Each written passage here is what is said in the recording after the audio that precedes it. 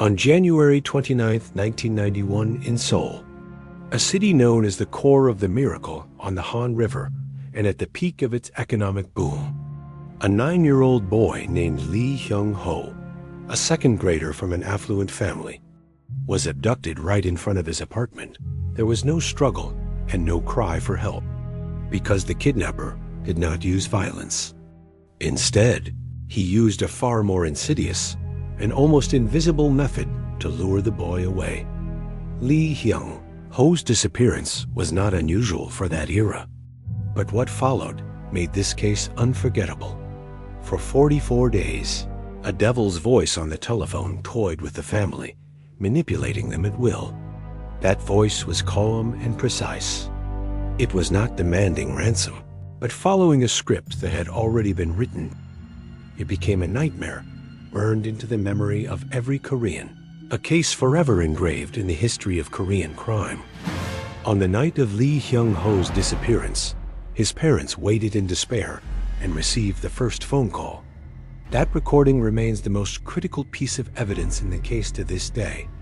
According to police files and media reports, the kidnapper's first call was extremely brief, yet its content was chilling. He did not greet them or waste any words. Instead, he spoke in a calm, cold voice and said, "I am the one who kidnapped your son." He then gave his first instruction: prepare 70 million Korean won. That was enough money to buy 2 luxury apartments in Seoul at the time. He warned the family not to contact the police, or he would kill their son. This instruction acted like an invisible rope, binding the family and the police together. They knew that involving the police could make things worse.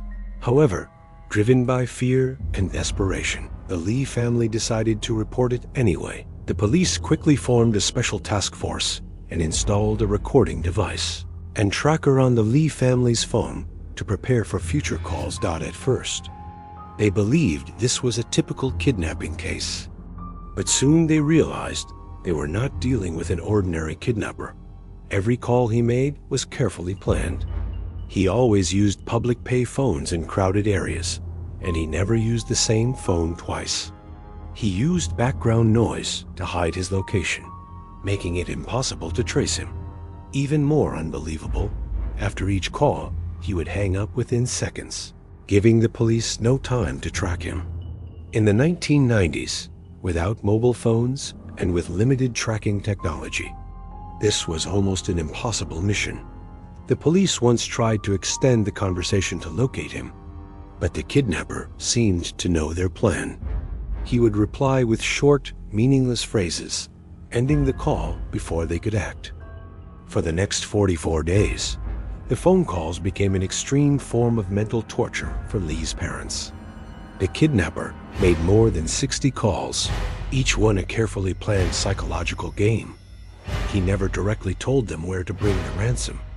Instead, he treated them like pawns in a cruel game. He sent them all over Seoul, from bridges on the Han River to subway stations, parks, and roadside phone booths. Every time they arrived, full of hope, another call came. The instructions changed, and the location shifted again. It became a fruitless chase, pulling them between despair and false hope. The police tried to set up traps at these locations, but the kidnapper seemed to know every move they made. They believed he was not acting alone. Someone was likely watching the parents and reporting to him in real time. Even more cruelly, the kidnapper used details only Lee Hyung-ho could have known to prove the boy was still alive. He said things like, "Your son loves to eat black bean noodles," or "Your son's teeth are a little crooked." These small details cut deep into the hearts of the parents. Because of these calls, the police believed the boy might still be alive. But later analysis showed that the details were likely collected early in the kidnapping to be used later as manipulation. This proved how premeditated and calculating the kidnapper truly was. Throughout the case, the kidnapper's voice became the key focus of the investigation. Experts said his voice was deep and clear, with a suburban Seoul accent. He was estimated to be between 30 and 40 years old, His tone was calm, without emotion. Even while torturing the parents on the phone, this composure led police to believe he was educated and familiar with counter-surveillance.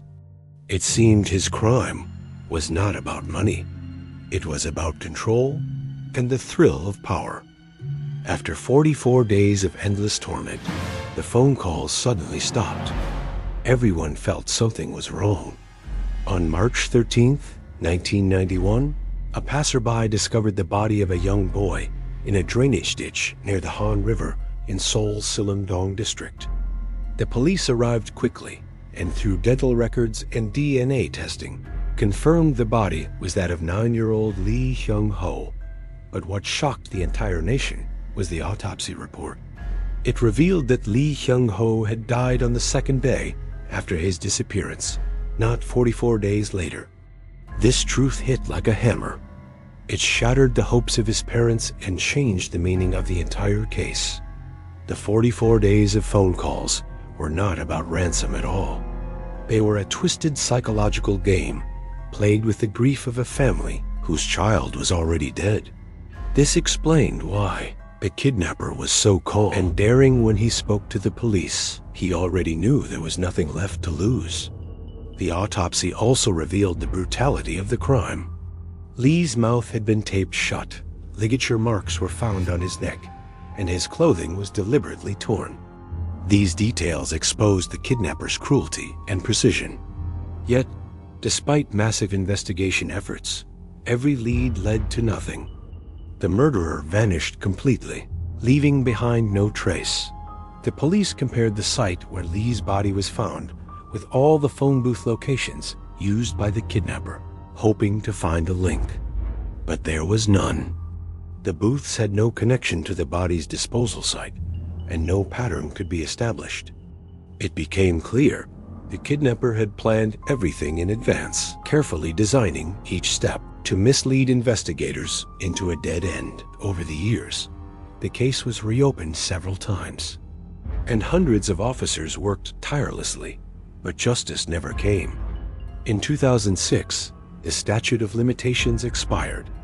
By law, the killer could never again be prosecuted. It was a devastating moment for the victim's family and a painful scar on South Korea's justice system. The public believed a monster had escaped punishment forever.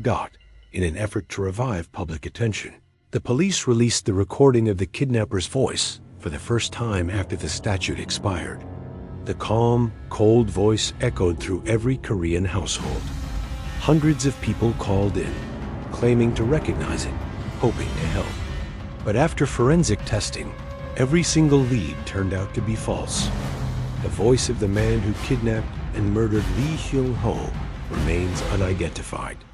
His crime is now one of South Korea's most haunting unsolved mysteries. And somewhere out there, the killer who played God with a child's life still walks free.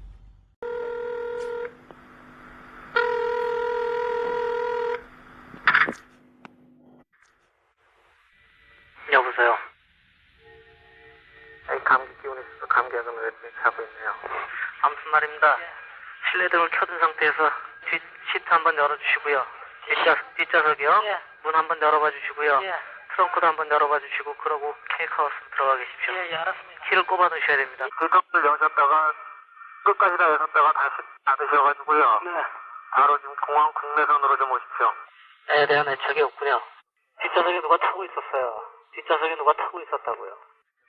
그럼 사모님이 직접 나오십시오. 아저씨를 못 믿겠어요, 제가요. 그것만 한 가지 알아주세요. 그리고 제발 다른 사람 좀 끼지 말게 해주십시오. 어떤 일이십니까? 형호를 위하시는 게 아니지 않습니까? 형호 죽기를 바라죠. 오늘이 마지막인 줄 아십시오. 제가 데리고 있다고?